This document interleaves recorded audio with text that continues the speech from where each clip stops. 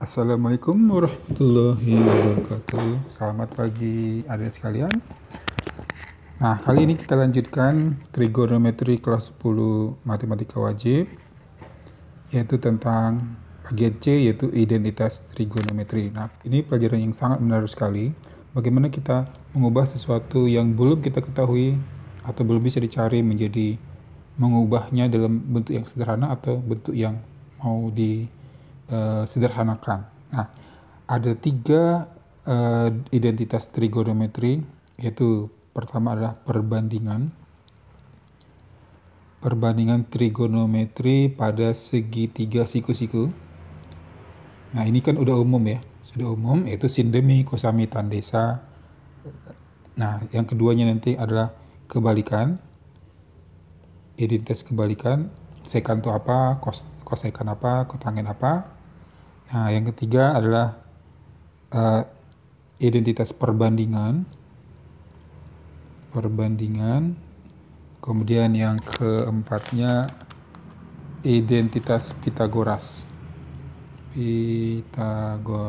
Nah, ini semuanya sangat dibutuhkan baik nanti di kelas 11 atau di kelas 12 atau nanti pas kuliah. Di kuliahan juga membutuhkan identitas trigonometri. Nah, jadi yang pertama adalah perbandingan ya. Nah, kalau perbandingan pada segitiga siku-siku, pada saat ini kita sudah tahu semuanya, atau kita review sedikit lagi ya. Nah, pertama kalau ada segitiga siku-siku, katakanlah siku-sikunya di sini, segitiganya A, B, C. Oke, kemudian ini misalnya sisinya X, Y, dan R.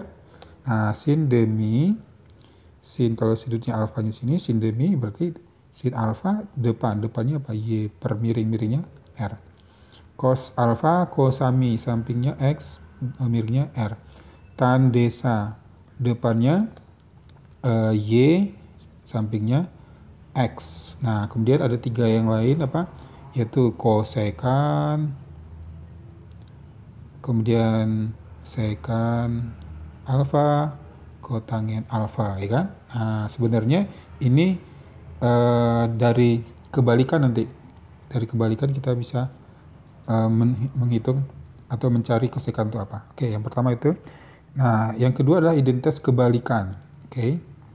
Kalau kebalikan, nah berarti yang tadi, yaitu kalau sekan alfa seperkos alfa. Nah, kalau gitu berarti kosekan alfa CSC berarti sepersit. Nah, berarti kalau kotangen berarti sepertangen. Gitu. Jadi yang harus diingat yang mana? Yang harus diingat adalah sekan. Kalau kotangen berarti tangen, kotangen, kebalikannya saja ya. Nah, berarti kosekan. Oke, kemudian identitas perbandingan. Nah, kalau perbandingan itu tangen itu apa, kotangen apa? Paling cuma dua itu saja yang wajib diingat. Nah, tangen alfa yaitu perbandingan dari sin alfa dibagi cos alfa. Oke, sedangkan kotangen alfa, karena kotangen itu sepertangen, berarti ini dibalik. Berarti cos alfa per sin alfa. Jadi yang paling penting yang itu ya. Kalau kotangen atau kosekan itu jarang kita pakai. Nah, kemudian yang paling penting adalah identitas Pitagoras. Nah, identitas Pitagoras. Pitagorasnya maksudnya apa? Nah, maksudnya pada lingkaran yang berjari-jari R,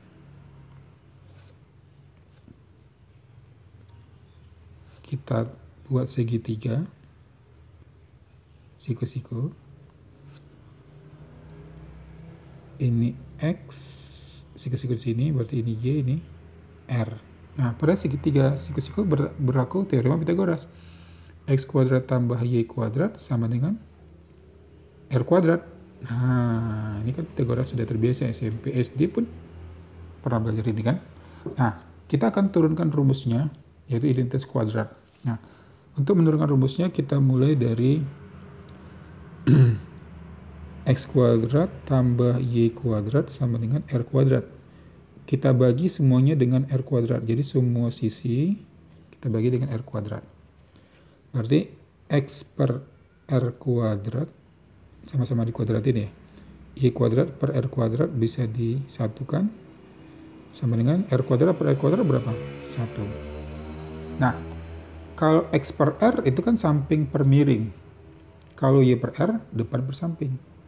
Berarti ini cos alfa kuadrat atau cos kuadrat alfa tambah sin kuadrat alfa sama dengan 1. Oke, inilah dia identitas trigonometri yang pertama. Jadi kalau kita bisa membuktikannya atau kalau kita lupa lagi, cara membuktikannya seperti ini ya. Nah, itu yang pertama.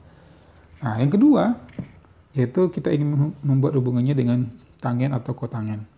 Caranya adalah kita bagi dengan cos kuadrat alfa. Semuanya dibagi cos kuadrat alfa. Cos kuadrat alfa dibagi cos kuadrat ya 1. Sin kuadrat per cos kuadrat, sin per cos apa? Tangen atau kotangen? Tangen ya. Berarti tangen kuadrat alfa. Seperkos sekan atau kosekan? Seperkos sekan ya. Berarti sekan kuadrat alfa. Baik. Inilah dia identitas yang kedua. Nah, jadi tadi sin kuadrat, cos kuadrat atau sin kuadrat ditambah 1, sin cos kuadrat alfa ditambah sin kuadrat alfa sama dengan 1 dibagi dengan cos kuadrat. Nah, bagaimana sekarang kita baginya dengan sin kuadrat? Nah, yang itu dibagi dengan sin kuadrat alfa. Oke. 1, 2, yang ketiga ya. Nah, sin per cos. Kalau cos per sin. Kalau sin per cos tangen, berarti cos per sin kotangen. Berarti kotangen kuadrat alfa. Sin kuadrat per sin kuadrat 1 sama dengan sepersin kosekan kuadrat alfa. Oke. Identitas yang ketiga, inilah dia. Nah, itu 3 identitas Pythagoras diturunkan dari segitiga siku-siku pakai aturan Pythagoras, lalu dibagi dengan R kuadrat, dibagi dengan cos kuadrat, dibagi sin kuadrat, dapat rumusnya. Nah, untuk mengingat semua rumus yang kita pelajari hari ini, maka ada trik mengingatnya, cara super. Nah, cara supernya adalah sebagai berikut. Cara super memorinya ya. Kita buat segi 6. Kita buat segi 6. Kemudian kita hubungkan garis semuanya. Nah, segi 6. Nah, lalu kita tulis sin di sini, cos di sini, tangen, kotangen, sekan, kosekan, lalu di tengah-tengah 1. Nah, bagaimana cara memakainya? Cara memakainya adalah sebagai berikut. Kalau kita bergerak dari tangen ke kanan, maka tangen alfa atau tangen apa saja boleh. Tangen itu adalah sin per cos. Jadi langkah pertama yang paling dekat menjadi pembilang, penyebut. Nah, di bawahnya pokoknya langkah pertama di atas, langkah kedua di bawah. Boleh juga ke tengah. Berarti tangen adalah seperkotangen. Boleh juga ke samping. Oke, kemudian kalau kotangen berarti gerakannya ke sini kan? Berarti kalau kotangen cos per sin. Gitu. Dan seterusnya bisa dipakai ya. Oke, kemudian ini kalau kita bergeraknya dari kiri ke kanan atau dari kanan ke tengah juga boleh. Nah, sekarang identitas kuadrat. Identitas kuadrat adalah perhatikan yang segitiga ini, dan segitiga ini selang-seling gitu. Nah, maka cara menghafalnya adalah bergerak dari sin, cos, lalu muncul angka 1. Lalu jangan lupa dikuadratkan. Berarti sin kuadrat X tambah cos kuadrat X sama dengan 1. Jumlah 1 terakhir ya. Nah, kalau kita bergerak dari tangen Berarti tangen kuadrat X tambah 1 sama dengan secant kuadrat X. Lalu yang ketiganya berarti yang kanan bergerak dari 1 tambah kotangen kuadrat X sama dengan cosecant kuadrat X. Gitu cara ingatnya ya. Nah, kemudian yang lainnya sebenarnya dari sin per cos bisa juga.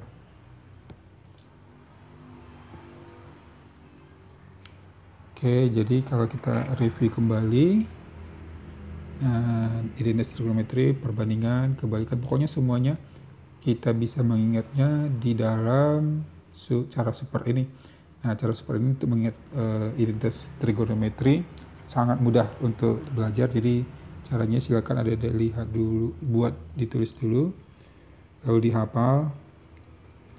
Nah, nanti dipraktekkan ke soal-soal. Silakan dihafal dulu sebelum kita menjawab soal latihan halaman 130. Nah, oke, kalau sudah dihafal, mari kita sama-sama untuk menjawab soal di halaman 130, soal nomor 1. Nah, di soal perhatikan bersama trigono, manakah yang benar gitu kan? Nah, yang pertama, cos X sama dengan sepersecant X. Ini benar atau salah? Benar ya. Yang kedua, sin X sama dengan sepersecant X. Salah, karena yang sepersecant adalah cos. Yang ketiga, secant X sama dengan sepersin. Tentu salah lagi. Lanjut, yang keempat, cosecant X sama dengan sepersin X. Benar? Benar. Yang kelima, kotangen X sama dengan cos X per sin X. Ingat seperheksagon tadi. Benar ya? Nah, jadi jawabannya 1, 4, dan 5. 1, 4, dan 5. 1 benar, 4 benar, 5 benar, 1, 4, dan 5. Jawabannya adalah yang E. Baik, itu yang pertama. Soal nomor 2. Identitas yang benar lagi yang mana ya? Yang manakah identitas yang benar? Apakah yang A? Sin kuadrat X sama dengan 1 tambah cos kuadrat X. Benar atau salah?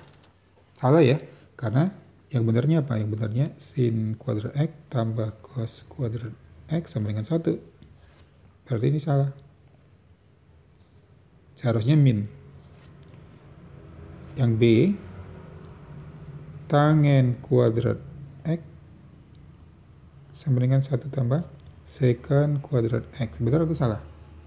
Nah, ingat seperheksagon kiri bawah, yaitu tangen kuadrat tambah 1 ya, sama dengan secant kuadrat. Salah lagi.